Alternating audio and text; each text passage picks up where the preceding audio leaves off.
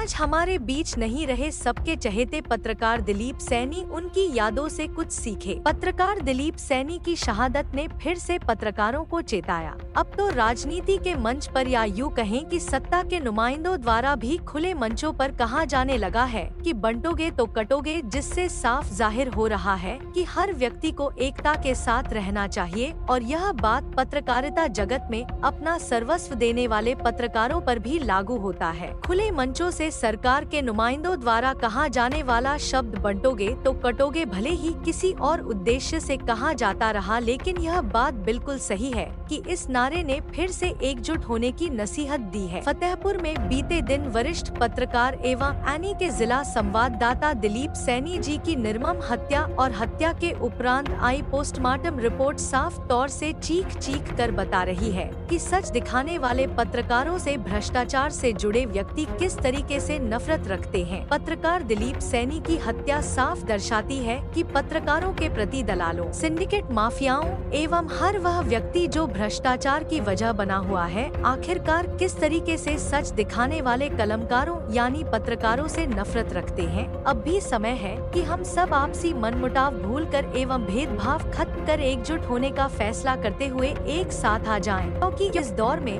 अवैध रूप से पैसा कमाने वाले माफिया, दलाल एवं भ्रष्टाचारी कभी भी नहीं चाहता कि कोई हमारा सच दिखाए, और यदि किसी ने सच दिखाने की हिम्मत दिखाई तो ऐसे निर्लज्ज, पापी एवं कुकर्मी लोग सच दिखाने वाले पत्रकार को ही मारकर उनकी हत्या करने के लिए भी तैयार हैं। याद रखिए, सच दिखाने वालों से हमेशा ही ऐसे लोग जलन रखते रहे हैं। ऐसे माफिया, दलाल एवं सिंडिकेट भ्रष्टाचारी लोग कभी भी पत्रकारों के हितैषी ना तो रहे हैं और ना ही रहेंगे। जरूरत है हमें और आपको समझने की, बुझने की और मिलकर ऐसे सिंडिकेट का मुंह तोड़ जवाब देने की शुरुआत यहीं से समझिए कि शासन प्रशासन का कोई भी व्यक्ति, चाहे वह किसी भी विभाग या संस्थान में रहा हो, वह हमेशा ही सच दिखाने वाले कलमकारों का दुश्मन रहा है। दिलीप सैनी की हुई हत्या में भी एक लेखपाल का हाथ होना भी बहुत कुछ दर्शाता है। बात साफ है कि सरकारी अमला पत्रकार हितैषी रहा ही नहीं है। इसकी वजह साफ है कि हर दौर में हर विभाग ने किसी न किसी रूप में भ्रष्टाचार एवं माफियाओं की मिलीभगत से लूट की है, और उस लूट की सच को जिस किसी ने भी दिखाने की हिमायत की है, या तो वह मारा गया है या फिर झूठे मुकदमों में फंसाया गया है। यह काम अब रुकना चाहिए, क्योंकि इससे माफियाओं के हौसले बुलंद होते हैं और पत्रकारिता जगत में सर्वस्व देने वाले पत्रकारों का अपने परिवार को देखते हुए जज्बा और जुनून भी कम होता नजर आ रहा है। आखिरकार विपक्ष के ही सही कुछ नुमाइंदों ने अब यह बात भी मानना शुरू कर ली है कि पत्रकार असुरक्षित है, जिसकी सुरक्षा के प्रति कोई भी सरकार गंभीर नहीं है, क्योंकि यदि सरकार गंभीर होती तो पत्रकारों के लिए देश में पत्रकार सुरक्षा कानून को लागू कर दी होती।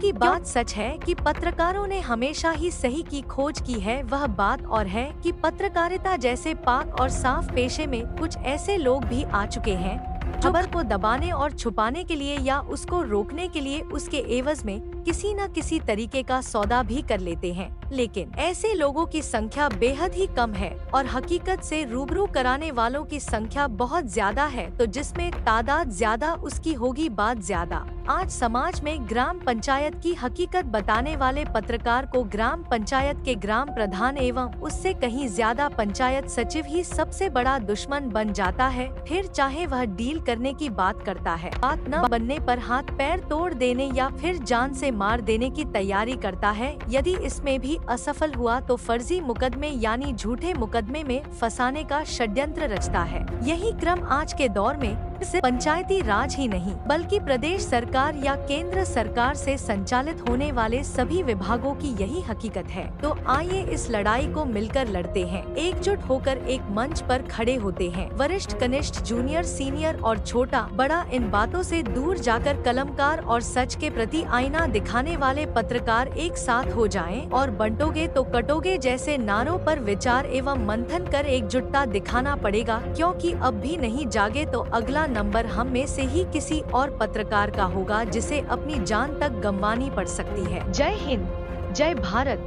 जय पत्रकार समाज। आइए एक साथ आकर देश में पत्रकार सुरक्षा कानून की मांग करते हुए पत्रकार साथी को न्याय दिलाने का बीड़ा उठाते हैं और अपनी लेखनी का भरपूर प्रयोग करते हुए शासन सत्ता को अपनी मांगों को मांगने पर विवश करते हैं, क्योंकि हमारी कलमाएं में वो ताकत और कुव्वत है जो किसी अन्य हथियार में नहीं है। आगे आप क्या सोचते हैं, कमेंट जरूर करना। फतेहपुर से अजय श्रीवास्तव के साथ धर्मेंद्र सिंह चौहान की रिपोर्ट। आपको हमारी खबरों में यदि किसी प्रकार के सुझाव या सुधार की जरूरत लगती है तो हमारे ऑफिशियल मोबाइल नंबर पर तुरंत सूचित करें। हमारे लिए आपके सुझाव महत्वपूर्ण होंगे। यदि हमारा संवाददाता बनना है तो ऑफिशियल मोबाइल नंबर पर अपना बायोडाटा सेंड करें। यदि आपको किसी क्षेत्र की खबर को बतानी व चलवानी है या फिर कोई विज्ञापन देना है तो हमें संपर्क करें। बने रहे एनडी न्यूज के साथ और देखते रहे देश दुनिया की ताजा खबरें सबसे पहले। यदि हमारे चैनल को आप YouTube पर देख रहे हैं तो सब्सक्राइब करें। यदि Facebook पर देख रहे हो तो लाइक, कमेंट और शेयर करें। आप देख रहे हैं एनडी न्यूज चैनल। ऐसे ही रोचक व सच खबरों को देखने के लिए बने रहे हमारे साथ। वीडियो देखने व चैनल सब्सक्राइब करने के लिए धन्यवाद। एनडी न्यूज के ऑफिशियल नंबर व ईमेल ID है ndnewschannel@gmail.com। मोबाइल नंबर है 9696119696। दूसरा नंबर है 9118969696। तीसरा नंबर है 9559111155। हमसे संपर्क करने के लिए धन्यवाद। करा लो, मैं रिक्वेस्ट कर लूंगा इस चीज। अरे भाई आप सुनिए, आदेश देने के बाद आदेश नहीं, यहाँ रोड मेरी बात सही है भाई। यहाँ रोड पर सभी पत्रकारों के पास नंबर आपके घर पे आएंगे, दोनों अधिकारी आ जाएंगे, हम पे भरोसा नहीं आ जाएंगे। ठीक है भाई, तुम्हारे सहयोग कोई न कर रहा हो तो अलग बात है। बैठो यहाँ, जहाँ जाओ बैठो। आधा जिला तुम्हारे से खड़ा हुआ है। अधिकारी नहीं आने वाले, मुझे भी पता है। आपके घर पे आएंगे सब कोई अपनी आप तक नहीं मानिए भाई, मैं रहूंगा वहाँ पे। भाई सुनो कमरे में बैठ कर 4 बातें भी हो जाएंगी।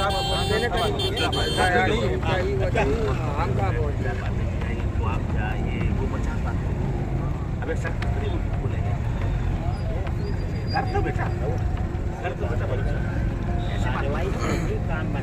कार्रवाई होगी, कार्रवाई ऐसी होगी एकदम नजीर कार्रवाई।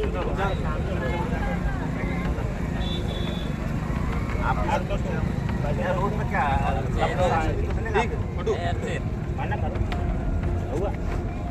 सिग्नेचर नंबर ये किस चीज का टाइम चाह रहा है? किस चीज का टाइम समझो तो समझने का प्रयास करना। वैसे थोड़ी समय लगता है। हमें न्याय दे, मुझे आप लिख के दे दीजिए कि आप कितने दिन में कर सकते हैं। मुझे एक वो दे दीजिए। देखिए आपने कह दिया 10 साल तक नहीं भिजवा देंगे प्रस्ताव तो आज ही तैयार होगी। आपसे आज ही कोई बात कर लेगा कि क्या क्या मांगना है और उसके क्रम में SDM साहब के साथ एक बैठ जाए आपको लाभ दिलाना है। और योजनाएं छोड़ी, उसके अलावा भी आपके जो बच्चे स्कूल में पढ़ रहे हैं वहाँ पे स्कूल के प्रशासन से बात। अरे यार जैसे जिद नहीं होती ना जो है। सुनिए हमारी बात, दीपक मेरी बात सुनिए। आपकी मांगे हैं वो एक कागज लिख लीजिए। डीएम साहब से बात हो गई है, इनके कार्यालय तक पहुंचा दीजिएगा। नहीं हम आज ही करवा देंगे, आज ही हम लिखापढ़ी शुरू करा देंगे। हम जितनी जल्दी यहाँ से और शुरू कराएंगे। अभी जो आपकी गिरफ्तारी में गई है 2 चीजों में मैं नहीं जानता हूँ वो गिरफ्तारी में लगी हुई है। उन्होंने हमको फोन करके बताया है। आप दोनों लोग आप ठीक है। देखो माता जी अरे यार पहले डेड बॉडी ले चलिए भाई जो है। ठीक है दीपक, उसको हम लोग अभी बैठ जाए। अबरार अरे आप बाइक हो सकता है जो है, घर पे हो सकता है, मतलब करने अच्छा थोड़ा समय दीजिए। गाड़ी में बैठ लो भैया। अशोक इनका माता जी का भिजवाओ देना। थोड़ा धक्का न मारिए भैया पीछे से, धक्का मत मारिए पीछे, आराम से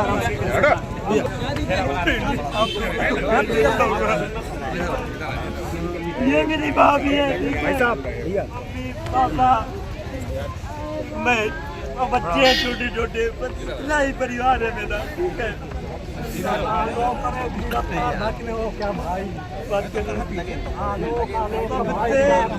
सोचिए, आप सबका भाई था, मेरा भाई था।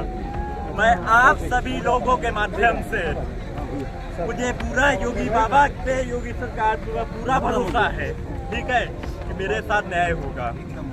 मुझे जिन्होंने भी ये सीने में है खंजर भोंका है ना, मुझे उनका सीधा एनकाउंटर चाहिए मुझे भैया, किसी भी हाल में। और मुझे बुलडोजर चाहिए मेरे परिवार के लिए, पालन पोषण के लिए, आप लोगों का, मेरे सिक्योरिटी के लिए। एक मुझे, क्योंकि कल का मेरा छोटा भतीजा है, वो स्कूल जाएगा, कुछ भी है, कल का कुछ भी है, ये मेरी बहन जी है, कल का कुछ भी प्रॉब्लम होती है तो कौन है वो है, रुक जाइए, बता रहा है दीपक, बता रहा है। मैं एक स्टूडेंट हूँ, ठीक है, मेरे घर भाभी है और पापा मम्मी में कोई वो नहीं है, हमारे घर में कोई करने वाला नहीं है। मेरे हस्बैंड हैं, 2 बच्चे हैं। हस्बैंड इनके सब कुछ मेरा करते हैं। मेरे पापा कुछ नहीं करते, मम्मी कुछ नहीं करती, देवर कुछ नहीं करता है। मेरे हस्बैंड बच्चे 2 5 साल का बेटा है, 7 साल की बेटी है मेरी, और उसके सिवा कुछ नहीं है। मुझे परिवार चलाने के लिए कुछ तो चाहिए ना, क्योंकि प्राइवेट का मुझे सेक्टर का नहीं पता भैया। सर आप मेरा भाई तक कुछ करता था मेरे लिए, तो कम से कम मुझे बच्चे हैं, कल के खर्चा में कैसे चलाऊंगे? एक आदमी में क्या करूंगा? परिवार के पालन पोषण के लिए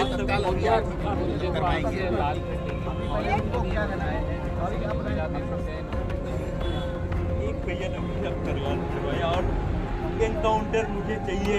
अभी तक मुझे ये जवाब दे, गिरफ्तारी क्यों नहीं हुई, आज कोई नहीं, तो इसमें मुझे लिख के दीजिए, सिग्नेचर साथ कम अभी आप एप्लीकेशन लिखिए, मैं सबसे हाँ साइन कब तक मतलब नहीं भैया, मुझे भैया के ऊपर गुस्सा है दोनों को।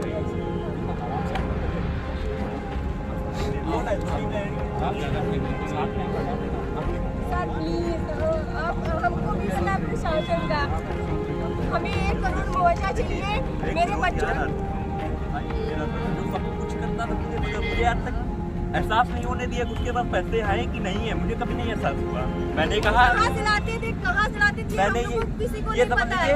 मेरे उसमें मान लीजिए पढ़ाई के लिए लगा, स्टूडेंट बोला, मैंने इतना कहा भैया मुझे 10,000 चाहिए, वो शाम तक भैया इतने बजे तक चाहिए, वो कहीं से अरेंज कर, मुझे कभी नहीं बताते भैया। बच्चों को 20 महीने का जाता है, 20,000 कहाँ से मैनेज करेंगे आप बताइए।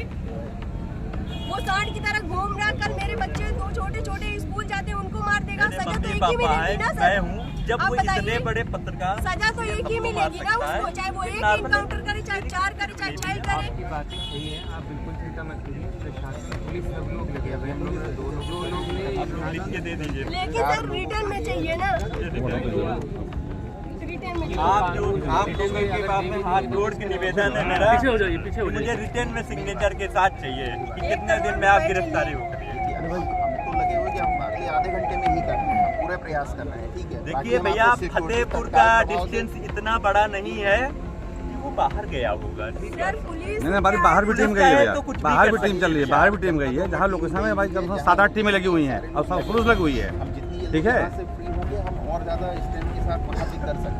आप एक मैक्सिमम टाइम मुझे दे दीजिए, कितना दिन आप लिखित में मुझे दे दीजिए। चाहिए 1 करोड़ रुपए, आप बताइए हम आपको कहाँ से पैसा तत्काल लाएंगे? प्रभाव से सिक्योरिटी दे रहे हैं, आपके घर पे सिक्योरिटी लग रही है, आपका जो भी आर्थिक सहायता का है हम टीम रिपोर्ट के साथ एक प्रस्ताव बना के शासन को भिजवा दे रहे हैं, ठीक है। गिरफ्तारी के लिए हमारी पूरी टीमें लगी हैं, ठीक है। हम आधा घंटा 1 घंटा जो भी है, लेकिन हम कोशिश पूरी कर रहे हैं। मुआवजा की बात, हाँ, प्रस्ताव में भिजवाएंगे क्योंकि प्रस्ताव सही होगा। हम पी रिपोर्ट FIR की और मुआवजे के अलावा भी जो भी आपने बातें बताई ये सारे प्रस्ताव हम आपका आधार कार्ड, अकाउंट नंबर सब लेके उनके शासन को भिजवाएंगे। मेरे लाइफ कोई छोटी मोटी नौकरी कुछ भी हो, क्योंकि पालन पोषण मुझे करना है भैया परिवार का, मेरे अब आगे कोई हम नहीं है। इसीलिए बाकी पे तत्काल प्रस्ताव भिजवाएंगे, क्योंकि हमें दोनों लोगों के ऊपर जिम्मेदारी है, बच्चे कल का फ्यूचर है। इसका पालन पोषण वो करता था। नहीं अब ये सोचिए, मैं इतना बड़ा हो गया, वही सब करते थे। मेरी बात होती थी, मैं इसलिए आपसे कह रहा हूँ तत्काल कि निर्मम हत्या की गई है, क्या है पूरा मामला? देखिए बहुत दुर्भाग्यपूर्ण है, आज हमारे ANI के जिला संवाददाता दिलीप सैनी की हत्या कर दी गई रात को चाकुओं से कूद करके। और दीपावली के पर्व के दौरान ऐसी घटना जिसकी कटु निंदा की जाती है। हम पत्रकार के साथ हमारे पूरे पत्रकार साथी खड़े हुए। हमारी मांग है कि उसके परिजनों को, क्योंकि उसके घर में कोई अब ऐसा व्यक्ति नहीं बचा उनके बूढ़े माँ बाप के अलावा जो कमा सके, कि उसको 50 लाख का सरकार मुआवजा दे और उसके हत्यारों का इनकाउंटर किया जाए। अपराधी प्रवृत्ति के हैं वो, उसमें जो भी लोग शामिल हैं, और उनके घरों पे बुलडोजर चलाएं। ये हमारे सारे पत्रकारों की मांग है और सुबह से इस बात को सारे पत्रकार हमसे कहते आ रहे हैं कि इसकी ऐसी चीज़ें होनी चाहिए और ये दुर्भाग्यपूर्ण है। जिस तरीके से भी है, प्रशासन का देखते हैं कि किस तरीके का रुख अपनाते हैं प्रशासन के लोग, क्योंकि जनपद फतेहपुर के अंतर्गत थाना कोतवाली क्षेत्र में कुछ युवकों के बीच विवाद की स्थिति उत्पन्न हो गई, जिसमें एक युवक दिलीप सैनी, जिसकी उम्र लगभग 38 वर्ष है, को चाकू मारकर घायल कर दिया गया। इनको तत्काल इलाज हेतु ले जाया गया, जहां पर डॉक्टरों के द्वारा इनको मृत घोषित कर दिया गया है। साथ ही साथ इस घटना में एक अन्य युवक भी घायल हुआ है, उसको भी इलाज हेतु अस्पताल भेजा गया है। प्रारंभिक जांच में यह तथ्य सामने आया है कि ये सभी युवक आपस में एक दूसरे के परिचित थे और किसी बात को लेकर इनके बीच विवाद की स्थिति उत्पन्न हुई थी। पुलिस के द्वारा प्रकरण में मुकदमा पंजीकृत किया जा रहा है। सभी तथ्यों और घटनाओं की गंभीरता से जांच करके अग्रिम विधिक कार्रवाई की जा रही है।